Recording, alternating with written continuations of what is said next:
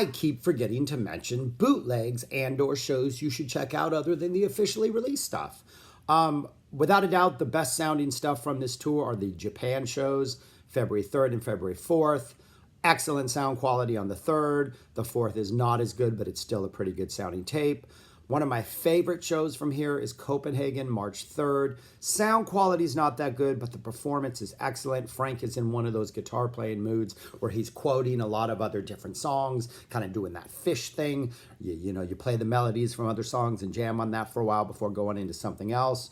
And then on YouTube, I know the Paris show, March 8th, I'm pretty sure is the date, is out there. And that's your pretty typical show. Nothing special set list wise, but some really good guitar solos, including a nice solo in the early pre-Stinkfoot Inca Art Vamp has a nice guitar solo in that. So those are, I think, the best shows to check out. But if you can find the Japan shows, by far the best sound quality, and those are really good shows. Frank took stuff from that for the Zoodle Black Napkins on Zoodle Lures, plus I think the Frank Zappa plays the music of Frank Zappa. Some of the source material comes from those shows. So anyways, check those out, but watch this video first, I guess, right? Yeah. People, thanks for watching. My name is Shaggy, the Opinionated Hippie, and I'm currently ranking and reviewing all the Frank Zappa tours. I've done all the albums, 110 of them, elsewhere on this channel. And out of the 26 albums deemed rank-worthy and review-worthy, we are now on number 21, just to make sure. This is Winter 76. This is the same band, essentially, that had been around since Fall 75. There was another musician, Norma Bell, who was there from November 1st on in that tour. Plus, it had a slightly different set list. Plus, the vibe was a little bit different. So, hence, I'm considering that a completely different tour. This was January 11th through March 17th. This was the Pacific, Hawaii, Japan, Australia, and then into Europe tour. New Zealand also. Apparently, there was a show in New Zealand. Each show was pretty hefty show, about 2 hours long. Frank soloed quite a bit in this. In fact, this is the last tour Frank would ever play in which he was the lone guitar player.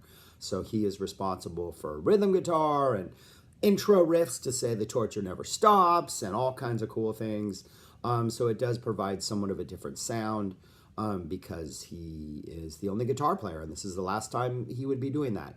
After this, you would have Ray White, you'd have Adrian Belew, you'd have Ike Willis and Denny Wally, you'd have Ike Willis, Denny Wally, and Sophia Warren Cucurullo, you'd have Ike and Ray, you'd have Steve Vai and Ray, you have all these, you have Mike Keneally eventually, so you have all these different permutations of guitar players and guitar support. This is the last time it's just Frank. And there are occasions, especially Chunga's Revenge, as the tour goes on, when Frank would play some really good rhythm work during like an Andre Lewis keyboard solo, or from a transition from like a Brock sax solo to an Andre Lewis keyboard solo. Frank would do a lot of really cool rhythm work in there, and kind of there'd be some nice little tasty jams that would pop up throughout. So Frank is active, but then there are times when you kind of wish there was one more instrument to help support the music, because the sound can be a little bit repetitive. I mean, I don't know. The sound can be very undynamic at times. That's the more appropriate word. Who's in the band other than Frank is the next natural question. Napoleon Murphy Brock on vocals and sax. He had been around since fall 73. This would be his last full tour. He would try to come back in 84, but he had personal issues he needed to deal with, so he did not last long on that tour. Roy Estrada is back on bass and random noises and operatic singing and telling stories about Miss Pinky and inflatable sex doll. We're not going to mention his name again. Probably the most limited of Frank's bass players, I would say. You can definitely hear that in some of the solos. And if you want to know why I'm not going to mention his name, Google it. Has to do with prison and child molestation. So that's enough said right there. Andre Lewis on keyboard. He is only around for the fall tour and this tour. He definitely had a 70s prog sound about him, and he put forth some pretty good solos. And then Terry Bozzio on drums. He had been around since the Bongo Fury tour in 75, would stick around until winter 78. And so what this tour basically boils down to, before I get to the many instances in which this tour is available in the official catalog, is it's pretty much the same set of songs every night. Early in the tour, Frank threw in a bunch of like new songs and tried them out, but then, you know, they didn't stick around, or they might come back on a later tour. But by the end of the tour, Frank was pretty much playing the same set list over and over and over every single night. Not a bad set list, but it does contain a number of songs I don't want to hear very much of anymore. So there's that. But at the same time, there wasn't much variety in those songs, and you really were going to the solos. And there were 3 solo spots in particular, which I think rise above all others on this tour and are the reasons to sort of seek out the tour. But yeah. And I'll get to those. But anyways, where is this official? It's early in the morning here, and I haven't drank enough coffee, so I'm a little foggy. Where can you hear this officially, you ask? Zoot-Allures, the Black Napkins from Zoot-Allures is an edited version of a Black Napkins from here. Hands with a Hammer and the first half of Zoot-Allures from You Can't Do That Stage 3 are from this tour. That Zoot-Allures, that very skeletal, just Frank playing it, kind of very minimal support from the band. And then that would go off into like a solo, and then that would go off into Ship Ahoy, which is from this tour, which you can hear on Shut Up and Play Your Guitar. Lonely Person Devices, which was like a spoken intro on Volume 6, is from this tour. And then the Zoot-Allures from Frank Zappa Plays the Music of Frank Zappa is from this tour. And then probably the final and only statement that possibly needs to be made, FZ Ozzy, or FZ Oz, FC:OZ, is a complete show from January 20th, and this is probably the best release you could have picked from this tour. Whether it was just the only thing that had an excellent sound quality, which we know is not true because obviously Frank recorded the Japan shows, as we have a lot of stuff from that. But this was an excellent show to release. Yes, it was early in the tour, and yes, things did get a little more. The Chunga's Revenge got a little more jammy and weirder, and Roy and the bass player did some more weird storytelling, and there was some interesting stuff later in the tour. But early in the tour, this has everything Frank would play at almost every show, plus a bunch of songs that Frank only played once or twice or for the last time ever in this show. So it was an excellent release. And pretty much just going over that release. I have a whole video on that, but I'll briefly go over that because it kind of shows the highlights of this band and also the sort of repetitive nature of this band. So every show opens up with what is called the Ink and Art Vamp.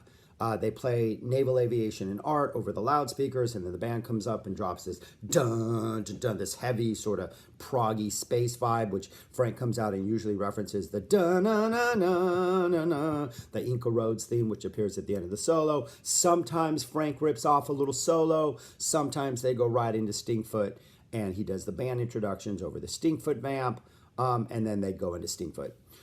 After Stinkfoot, they always do the Poodle lecture. This is when Frank talks about the man and the woman and brings out the poodle, and he has a prop, and that leads into Dirty Love, which directly connects to the poodle lecture, which goes right into Filthy Habits, which is a connection to Dirty Love, and the poodle lecture, which completely paints Filthy Habits in a less flattering light, because there really are some filthy habits. But Filthy Habits is one of the highlights of the tour. Andre Lewis gets a pretty good solo, and then Frank gets a really good, mean, Filthy Habits solo. Definitely one of those things, if you listen to one of these shows other than FC Ozzy, you want to pay attention and make sure you're tuned in when Filthy Habits drops. Next is the Freak Out medley, which is one of my least favorite things of this band. It's How Could I Be Such a Fool, Ain't Got No Heart, I'm Not Satisfied. I just don't think this band brings much to these songs. Napoleon's kind of singing, wailing, screaming becomes a little too much. This medley just doesn't work for me. It's nice to hear these songs maybe once, but I just don't think this is as successful as possibly Frank thinks it is, since these songs would be played at every show. This opening part of what I've said so far is up through the next song, Black Napkins, is pretty much every show starts off with this run. Black Napkins, excellent. We get an amazing Brock solo. Then we get iconic Frank solo. I've said it many times before. you can release every Frank Zappa Blank Napkin solo, and I would buy that box set. Then generally you get an Advanced Romance, which had an Andre Lewis solo and a Frank solo. Sometimes Roy would do some like singing operatic stuff between the solos. Illinois Enema Bandit was regularly played, I think at almost every show. This is an early version of it. This is not one of my favorite songs to begin with. This is an early version that is a little rough and doesn't quite have the same flow as the latter versions. Plus, Frank is almost always giving an introduction, so we get to hear the long story, which again, it's not the exact same story every night because it's Frank, but it's essentially the same. Wind Up Working in a Gas Station popped up a couple times. Torture Never Stops was generally played. On the FC Aussie version, that's the only problem with that release, is there is a harmonica solo from a guest Australian musician instead of a Frank solo. Frank's solos in Torture on this tour were, he was still trying to figure the song out. Sometimes they worked, sometimes they didn't. It is neat because Frank does play the opening riff on guitar on this, so that's kind of neat. But these Tortures definitely have they're a little lethargic. I think Roy Estrada doesn't help. The bass player doesn't help. He kind of just seems to like weigh it down a little bit, or maybe it's just the arrangement. For some reason, these Tortures are interesting, but they're still 2 years away from being like the magical peak Tortures that they would become by winter 78. And it would be nice to hear a solo. So if there is maybe another release, maybe a later show, a Copenhagen, that's a good show. The 3-3 show is a pretty good show if that's available in good sound quality. The Paris show is pretty good, which is on YouTube. I think it's March 8th. That's a pretty decent show with a good Torture solo if you want to check other stuff out. The Copenhagen one doesn't sound too good, but it's one of the better shows of the tour. So then you get Torture Never Stops. Then on the FC Aussie release, you get a bunch of songs which are really only played once or twice. And they're all played in this show, which is what makes it a great release. You get Canard de Jours, which is essentially an early version of Let's Move to Cleveland. You can recognize all the parts. It just doesn't have that majesty that it would eventually have by the 80s. Kaiser Rolls, which is a song that only appeared here on this tour a couple times. It's an interesting little number. Sounds like a continuation of Wonderful Wino kind of thematically. Finder Finer in an early sort of rough version. I don't think this song ever really found its groove till 88. This one doesn't find its groove. Carolina Hardcore Ecstasy, which was only performed once at this show, and then it was dropped. It was performed a lot more often in the fall 75.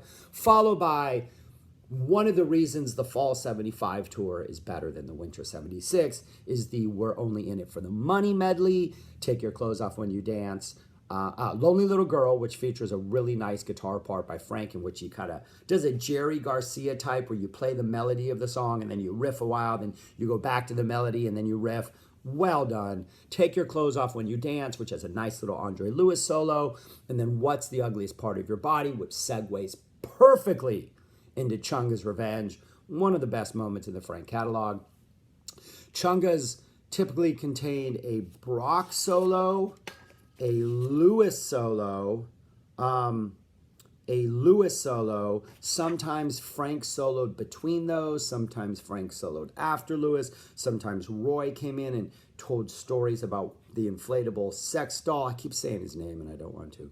About the inflatable sex doll. At one point in Chunga's Revenge in the tour, as sort of an outro, they were playing Disco Boy, gets dropped in a couple times. I think it was in Chunga's Revenge. It might have been at the end of Ship Ahoy when they dropped Disco Boy. But an instrumental in Chunga's Revenge. Just an instrumental version, just the music, no lyrics. Miss Pinky would also appear a couple times on this tour, pop up during sort of the end of sets as sort of an outro from Zoot Allures. So Disco Boy popped up at the end of Chunga's Revenge, sometimes instrumentally. Miss Pinky popped up at the end of Zoot Allures, instrumentally, sometimes handful of times on this tour. I don't think it was ever sung. I think it was all instrumental. Correct me if I'm wrong. I have not gone back and listened to all these shows. I'm relying on notes. But usually after Chunga's Revenge, whoever soloed, Bozio would usually solo. Then after Bozio solo, Frank would go into Zoot Allures. It would be that skeletal version you can hear on stage 3, followed by a really interesting sort of a exploratory first solo drowning witch feel, or maybe a playing in the band from the dead feel, where it's very sort of not really sure what the rhythm is or where they're going, but very exploratory, but also kind of chill in a way. And then that would go into Ship Ahoy, which is when Frank uses that voltage cut effect, or whatever that effect is that it's called, the voltage controlled filter, which gives it that wah, wah, wah, wah, wah, wah sound. And so those were also one of the reasons why you want to seek out these shows, is that Zoot Allures, that part of how Frank plays the head, the solo, and then the Ship Ahoy part is always just magical. And then usually from here we go off into like sort of show ending encore numbers. We actually get the only Keep It Greasy that was played on the FC Aussie, which has an interesting little part in it, which makes it sound a little bit different than a new short little riff that makes it sound a little bit different than sort of the official version. Kind of sounds like Dead Girls of London, apart from Dead Girls of London. But this is, I don't like Keep It Greasy, but this might be the best version of Keep It Greasy, just because it's so young and raw and energetic and slightly different than the other ones. And then you get your standard encores. There's Dynamo Hum, Camarillo, Muffin Man, I'm the Slime popped up, San Bernardino popped up, I think, yeah, a couple times, a lot. So those were your standard sort of encore numbers. Muffin Man, did I mention that? And that's about it. So anyways, yeah, so that's the tour. That's pretty much what you get every night, minus like the more interesting one-off songs. So yeah, I don't know what else to say about this band, but like, it's just, there's not a lot of really good sounding tapes out there, so that's part of the problem. I think the FC Aussie release is sort of maybe all we need from this. That is a very good release. But yeah, that's it.